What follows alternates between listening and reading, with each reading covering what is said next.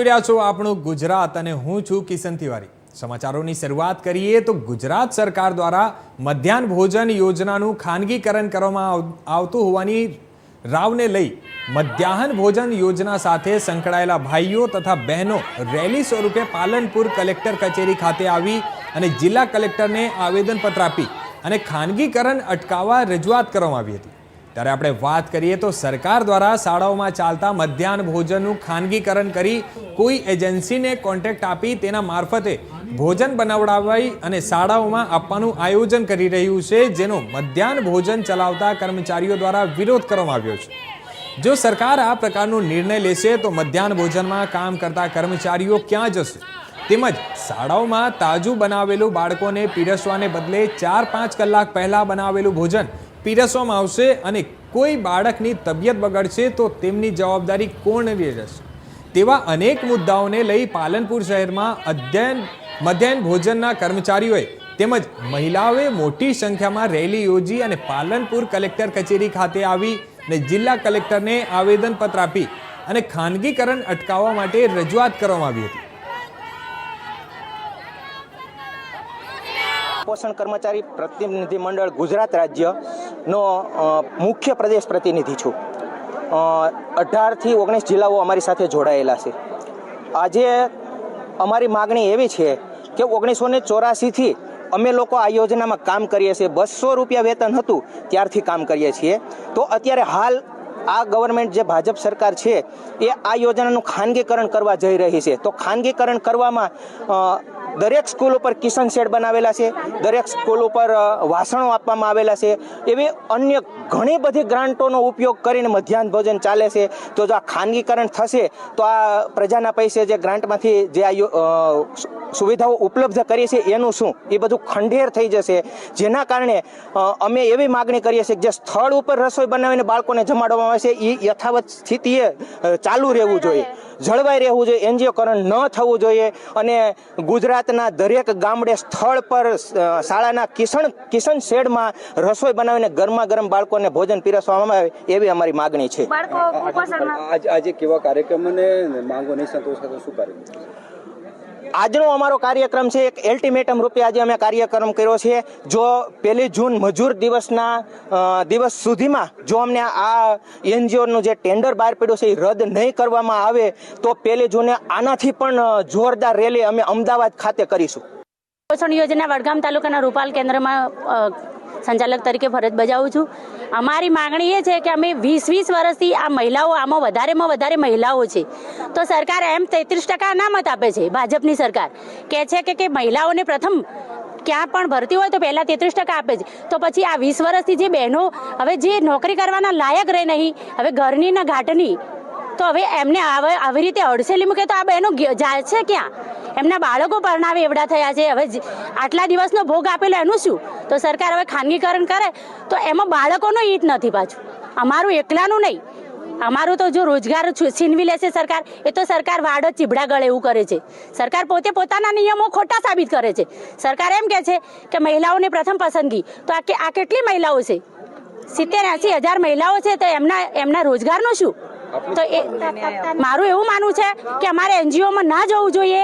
શાળામાં તાજો ગરમ નાસ્તો જે 2 કલાકમાં આપવાનો હોય એ કેટલા વખત પડ્યો રહેશે? જે એનજીઓમાં જશે તો રાત્રે બનાવેલો નાસ્તો બીજા દિવસે બપોરે 2 વાગે કેટલા કલાક થાય? 10 થી 11 કલાક પડેલો વાસી ખોરાક બાળકોને આપવા વાલી કે મા બાપ કે શિક્ષકો કે આ સંચાલકો કે રસોઈયા મદદનીશ કોઈ સંમત થાય એવું લાગતું નથી મને। છતાં સરકાર આ પોતાનો નિર્ણય જો બદલી ના શકશે તો પછી અમે એના કડક પગલાં લઈશું। અમે સંચાલકો, રસોઈયા મદદનીશ એ બધાનું યુનિટી અમારી એક કરી અને અમે એના સરકાર સામે પૂરેપૂરી લડાઈ કરીશું અને અમારા હક માટે અમે લડીશું। અમારે સરકારને કશું જ કહેવું નહીં, અમારી એક જ લડાઈ છે કે અમારો રોજગાર છીનવી ના લે। પરમાર જાગૃતિબેન વસરામભાઈ। તો આ તરફ વાત કરીએ આપણે ગીર સોમનાથની, તો ગીર સોમનાથના એક કોડીનારમાં એક ચોંકાવનારી ઘટના પ્રકાશમાં આવી છે। આવકવેરા વિભાગે અહીંની એક હોટેલમાં કામ કરતા કર્મચારીને 1.15 અબજ રૂપિયાની નોટિસ ફટકારી છે, જે કોડીનાર બસ સ્ટેન્ડ પાસે શિવ પર ચોથા હાઉસમાં કામ કરતા આસિફ મોહમ્મદ શેખને વેરાવળ આવકવેરા વિભાગ દ્વારા 1,15,92,921 રૂપિયાની નોટિસ મોકલવામાં આવી છે. હોટલ માલિક પલ્લવેશ મોરીના જણાવ્યા મુજબ આસિફને પગાર માત્ર 10,000 રૂપિયા ચૂકવવામાં આવે છે. તે માસિક 10,000 રૂપિયાના પગાર પર કામ કરે છે અને આસિફ શેખે જણાવ્યું કે તેને પોતાની જીવનમાં ક્યારેક 5 લાખ રૂપિયા પણ જોયા નથી અને તેમના બેંક ખાતામાં ફક્ત 475 રૂપિયા જમા છે. આ ત્રીજી વખત છે જ્યારે તેમને આવી નોટિસ મળી છે.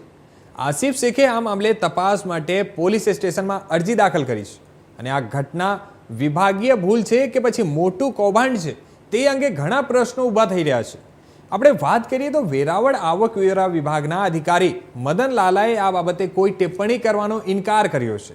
તેમણે કહ્યું કે આ એક વ્યક્તિગત મામલો છે અને તેના પર ફક્ત સંબંધિત વ્યક્તિ સાથે જ ચર્ચાઓ થઈ શકે છે.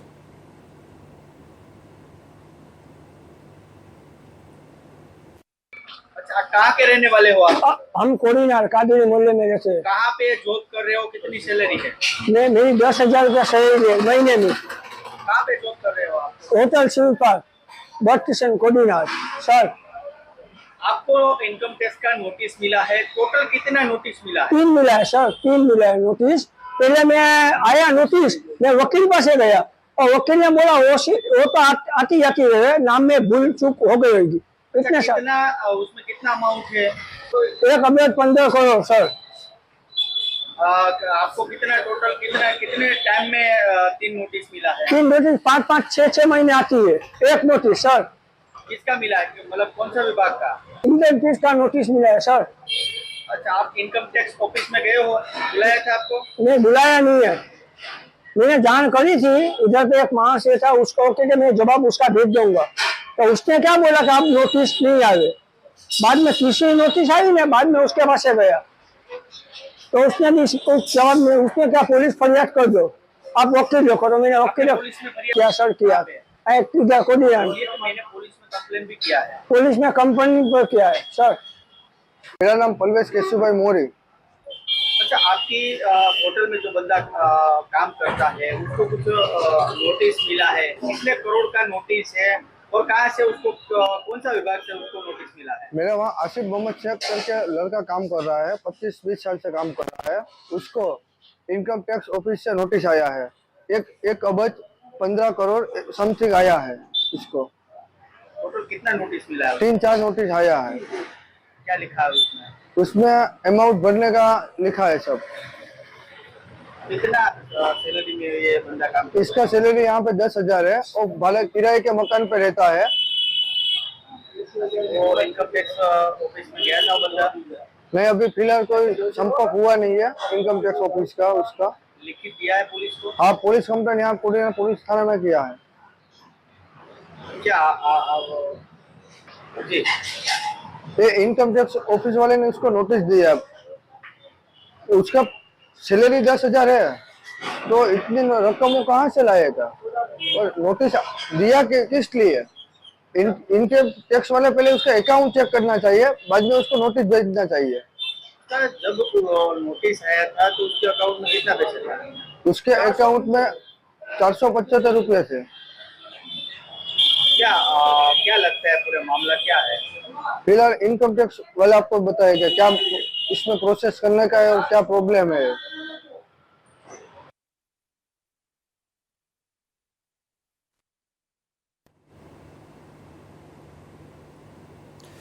તો આ તરફ દસાડાના વણોદ સુસિયા હાઈવે પર ભંગારના ડેલામાં એક આગ લાગવાની ઘટના સામે આવી છે.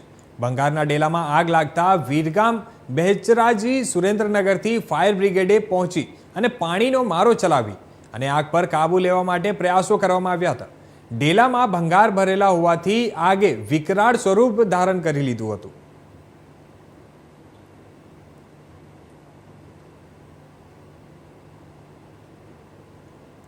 તો બીજી બાજુ વાત કરીએ તો હવામાન વિભાગની આગાહી વચ્ચે હિંમતનગર સિવિલમાં 14 બેડનો સ્પેશિયલ હીટ સ્ટ્રોક વોર્ડ ઊભો કરાયો છે, જ્યારે ઇમરજન્સી સુવિધા માટે દવાઓ અને સ્ટાફ પણ તૈનાત કરવામાં આવ્યા છે. ઉત્તર ગુજરાત સહિત સાબરકાંઠા જિલ્લામાં યલો એલર્ટ આપવામાં આવ્યું છે, ત્યારે હિંમતનગર સિવિલમાં હીટ સ્ટ્રોક વોર્ડ ઊભો કરાયો છે. ગરમીનો પારો દિવસે ને દિવસે ઉચકાઈ રહ્યો છે, તો બીજી બાજુ એમ જોઈએ તો ગરમીના કારણે હીટ સ્ટ્રોક અને સનસ્ટ્રોકના બનાવો પણ વધતા હોય છે. ત્યારે હિંમતનગર ખાતે આવેલા જીમર્સ સિવિલમાં 14 બેડનો હીટ સ્ટ્રોક વોર્ડ ઊભો કરાયો છે. આ ઉપરાંત આ વોર્ડમાં હીટ સ્ટ્રોકને લઈને તમામ દવાઓ, ORS સહિતની સુવિધાઓ અને સ્ટાફ પણ તૈનાત કરી દેવામાં આવ્યા છે.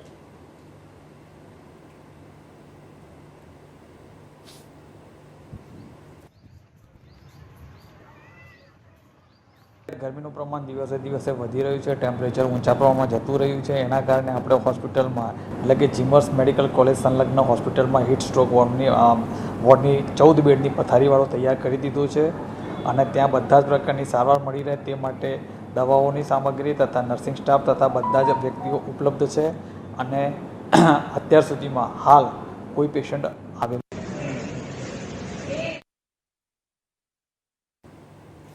તો બીજી બાજુ રાજ્યભરમાં ઉનાળાની કાળઝાળ ગરમીને લઈ લોકો ત્રાહિમામ પુકારી ઉઠ્યા છે. ત્યારે અમીરગઢ તાલુકાની વાત કરવામાં આવે તો અહીં ચોમેર, ડુંગરાળ અને જંગલ વિસ્તાર હોવાથી સૂર્ય ઉદય સાથે પરસેવો પાડતી ગરમીના કારણે લોકો અકળાયા છે.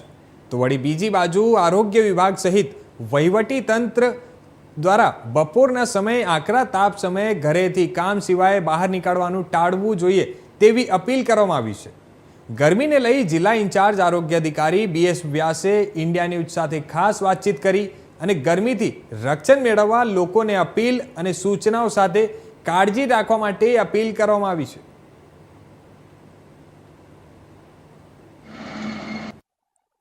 અત્યારે ગરમીની જે પરિસ્થિતિ છે અને આવનાર દિવસોમાં હીટવેવની આગાહી છે તે જોતા આરોગ્ય શાખા બનાસકાંઠા તરફથી હું જાહેર જનતાને અપીલ કરું છું કે શક્ય હોય ત્યાં સુધી બપોરના તડકામાં બહાર નીકળવાનું ટાળવું. બહાર નીકળવું જ પડે તો સુતરાઉ, ઢીલા અને આછા અથવા વ્હાઇટ કપડાં પહેરી નીકળવું અને ખાસ કરીને માથાને ઢાંકવું.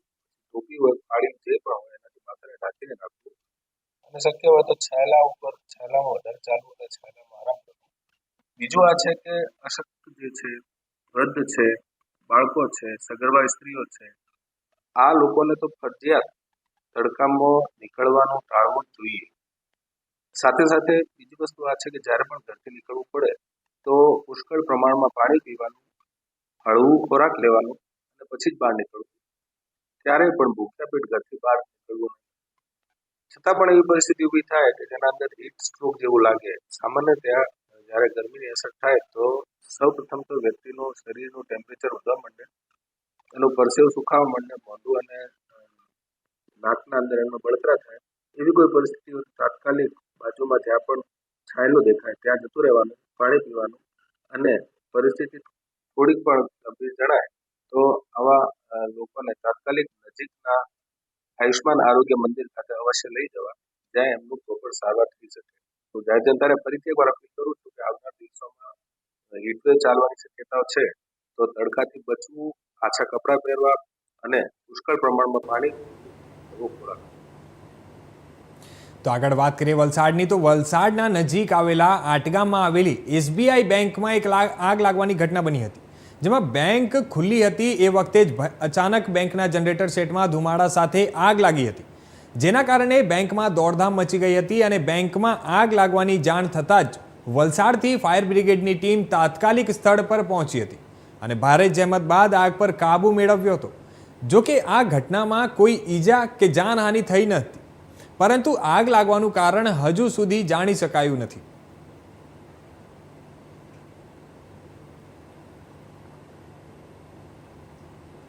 તો બીજી બાજુ રાજકોટમાં કાળજુ કપકપાવતી એક ઘટના સામે આવી હતી.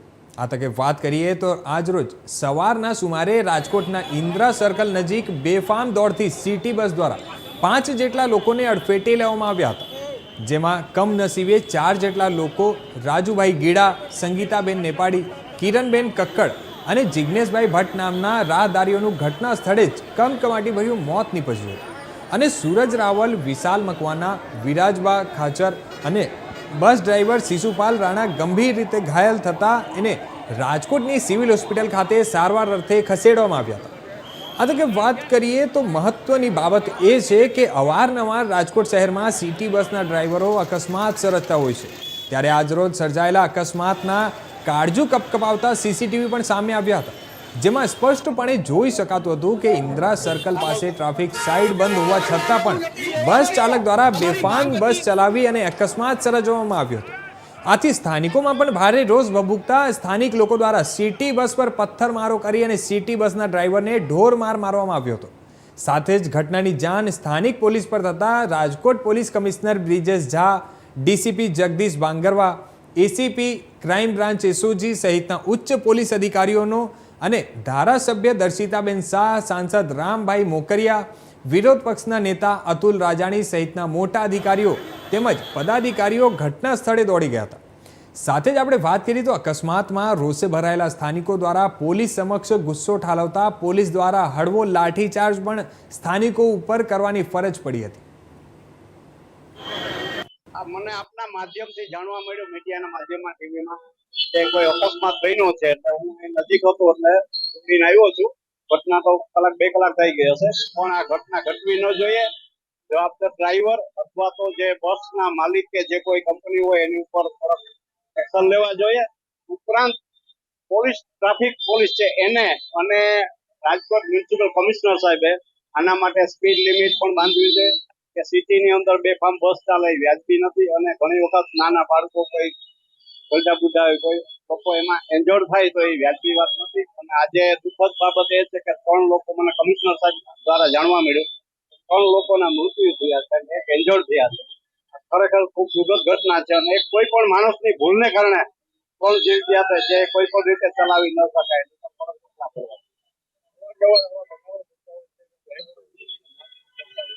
એ સમાચાર તમારા મારફત પડ્યા પબ્લિક માંથી, પણ એનો રસ્તો કરવો જોશે. એના માટે કડક થવું પડશે કમિશનર શ્રી અને પોલીસ ડિપાર્ટમેન્ટે. કેમ કે રાજપથ ક્લબ લિમિટ નામની કે કોઈ બસ કંપની છે, એનો સ્ટાફ છે એને મેન્ટેન કરવાની કંપનીની અને પોલીસની જવાબદારી આવે. એના માટે કડક પડે. ડ્રાઈવર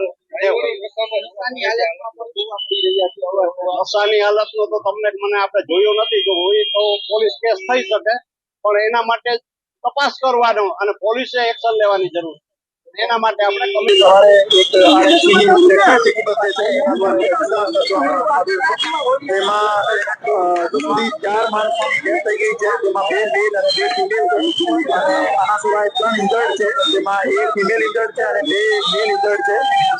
રીતે ગાંધીગ્રામ પોલીસ સ્ટેશનમાં એક ગુનો નોંધી દેવામાં આવ્યો છે અને અત્યારે સ્થળ ઉપર એફએસઆઈની હાજરીમાં એક પંચનામું કરી દેવામાં આવ્યો છે.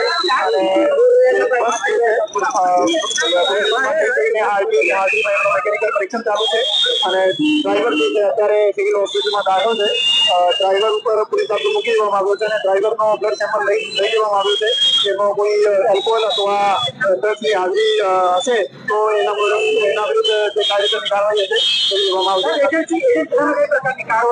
આ તપાસનો વિષય છે. તપાસમાં આરોપી આવશે. હજુ સુધી જે માહિતી મળી છે એમાં 2 મેલ અને 2 ફિમેલ આ રીતે કુલ 4 ડેથ થયા છે અને 3 ઇન્જર્ડ છે. આ તરફ વાત કરીએ આપણે જૂનાગઢની, તો આજે જૂનાગઢ જિલ્લા સરપંચ યુનિયન દ્વારા કલેક્ટર કચેરી ખાતે એક આવેદનપત્ર પાઠવવામાં આવ્યું હતું. જૂનાગઢના ડીડીઓ નીતિન સાંગવાન વિરુદ્ધ મુખ્યમંત્રી ભૂપેન્દ્ર પટેલને સંબોધતું આ આવેદનપત્ર કલેક્ટરને અપાયું હતું. ડીડીઓ નીતિન સાંગવાનના મનસ્વી વર્તનના આક્ષેપ બાબતના આ આવેદનમાં માંગ કરાઈ હતી કે ડીડીઓની વહેલી તકે બદલી કરાય. આ તકે મોટી સંખ્યામાં જૂનાગઢ જિલ્લાના સરપંચો હાજર રહ્યા હતા. કલેક્ટર સમક્ષ આ બાબતે આવેદન પાઠવ્યા બાદ જિલ્લા કલેક્ટર દ્વારા આગામી દિવસોમાં આ મામલે યોગ્ય નિરાકરણ બંને પક્ષ તરફથી આવે તેવું આશ્વાસન આપવામાં આવ્યું હતું. અને આ દરમિયાન જૂનાગઢ જિલ્લાના 3 ધારાસભ્ય દેવા માલમ, ભગવાનજી કરગાઠિયા અને અરવિંદભાઈ લડાની પણ તેમના કામ અર્થે અહીં હાજર હતા અને તે સરપંચ યુનિયન દ્વારા તેમને પણ આ બાબતે રજૂઆત કરવામાં આવી હતી. બીજી તરફ જૂનાગઢ જિલ્લાના તલાટી મંત્રી દ્વારા પણ આજે કલેક્ટરને આવેદનપત્ર પાઠવવામાં આવ્યું હતું, જેમાં તેઓની માંગ હતી કે થોડા સમય પહેલા માણાવદર તાલુકાના 2 અને જૂનાગઢ તાલુકાના 1 તલાટી મંત્રીને ડીડીઓ દ્વારા ખોટી રીતે સસ્પેન્ડ કરવામાં આવ્યા હતા. જે બાબતની રજૂઆતને લઈને આજનું આવેદનપત્ર પાઠવવામાં આવ્યું છે.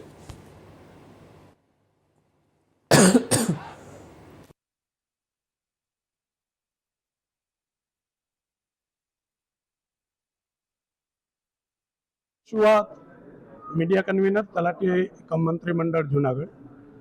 અમારી આજરોજ આવેદન આપવાનું એક જ કારણ છે કે અમારા જે 2 તલાટી ભાઈઓ ગજેરાભાઈ અને ચોવટિયાભાઈને સસ્પેન્ડ કરવામાં આવ્યા છે, એમાં એક એઝ એ તલાટી એમની કોઈ જવાબદારી છે જ નહીં. જે કારણોસર એમને સસ્પેન્ડ કરવામાં આવ્યા એ માટે જવાબદાર ખરેખર એસો યાની કે એન્જિનિયર હોય છે અને એ ટેકનિકલ માણસ હોય છે. તલાટી મંત્રી કોઈ ટેકનિકલ કેડર નથી, છતાં જવાબદારી ફિક્સ કરી અને આજે જે કામ 2 વર્ષ પહેલા થયું છે એ કામની જવાબદારી તલાટીની નક્કી કરીને એને સસ્પેન્ડ કરવામાં આવ્યા છે. અન્ય એક ચોવટિયાભાઈ છે કે જે ખરેખર એ કામ થયું, જે કામ માટે એમને સસ્પેન્ડ કરવામાં આવ્યા, એ કામ થયું ત્યારે એ ગામનો ચાર્જ જ એમની પાસે નહોતો, છતાં એને સસ્પેન્ડ કરવામાં આવ્યા. અમે આ ન્યાયિક માંગ માટે જ્યારે ડીડીઓ સાહેબને મળ્યા ત્યારે ડીડીઓ સાહેબે પણ અમારી વાત ન સાંભળી, એટલે મજબૂરીવશ આજે અમારે માનની કલેક્ટર સાહેબને આવેદન આપવું પડ્યું છે. અને હજી આવેદન આપવા અમને નથી બોલાવ્યા. આવેદન આપશે એ પછી શું અમને હૈયાધારણા યા ખાતરી મળે એ હું ત્યારે જ કહી શકીશ. સરપંચોની સાથે આજે તમે આવેદન આપેલું છે, શું કહેશો? સરપંચોની સાથે નથી, એનું કારણ છે કે જિલ્લા તલાટી મંડળે ઓલરેડી 16 તારીખ યાની કે આજની તારીખ અગાઉ નક્કી કરી લીધેલી હતી અને સરપંચશ્રીઓએ એમના મંડળ વતી પણ અમારી તારીખ નક્કી થયા પછી આ તારીખ નક્કી કરી છે. એટલે ક્યાંય એવું ફલિત નથી થતું કે બંને એક સાથે છે. અમે અમારા પ્રશ્નોને લઈને આવ્યા છે અને રહી વાત સરપંચોની, તો એ રાજકીય પદાધિકારીઓ છે, એમની સાથે અમે વહીવટી કેડર તરીકે એમની સાથે ન હોઈ શકીએ અને માત્ર ને માત્ર અમારી તારીખ જોગાનું કે કેન્દ્ર સરકારના માનની મંત્રી શ્રી મનસુખભાઈ માંડવીયાએ મેંદરડાના કાર્યક્રમની અંદર એમની વાતમાં પણ ટકોર કરી હતી. આપ સમજી શકતા હશો. અમારા સરપંચ યુનિયન અને ચૂંટાયેલા પ્રતિનિધિની લાગણીને માન આપી અને એમણે મેંદરડાના કાર્યક્રમમાં સેવા સેતુના કાર્યક્રમમાં ટકોર કરી હતી કે અધિકારી છે અધિકારી છે. અને ચૂંટાયેલા પ્રતિનિધિ મિત્રો, આપણા બંધારણની અંદર બાબા સાહેબ આંબેડકરે જે દેશનું બંધારણ કર્યું છે, બંધારણની અંદર ચૂંટાયેલો પ્રતિનિધિ પ્રથમ છે અને અધિકારી છે સચિવ તરીકેની ભૂમિકા ભજવે છે. એટલે એને મર્યાદામાં રહે અને સચિવ તરીકે કામ કરવું જોઈએ. અમારી તો આ હતા અત્યાર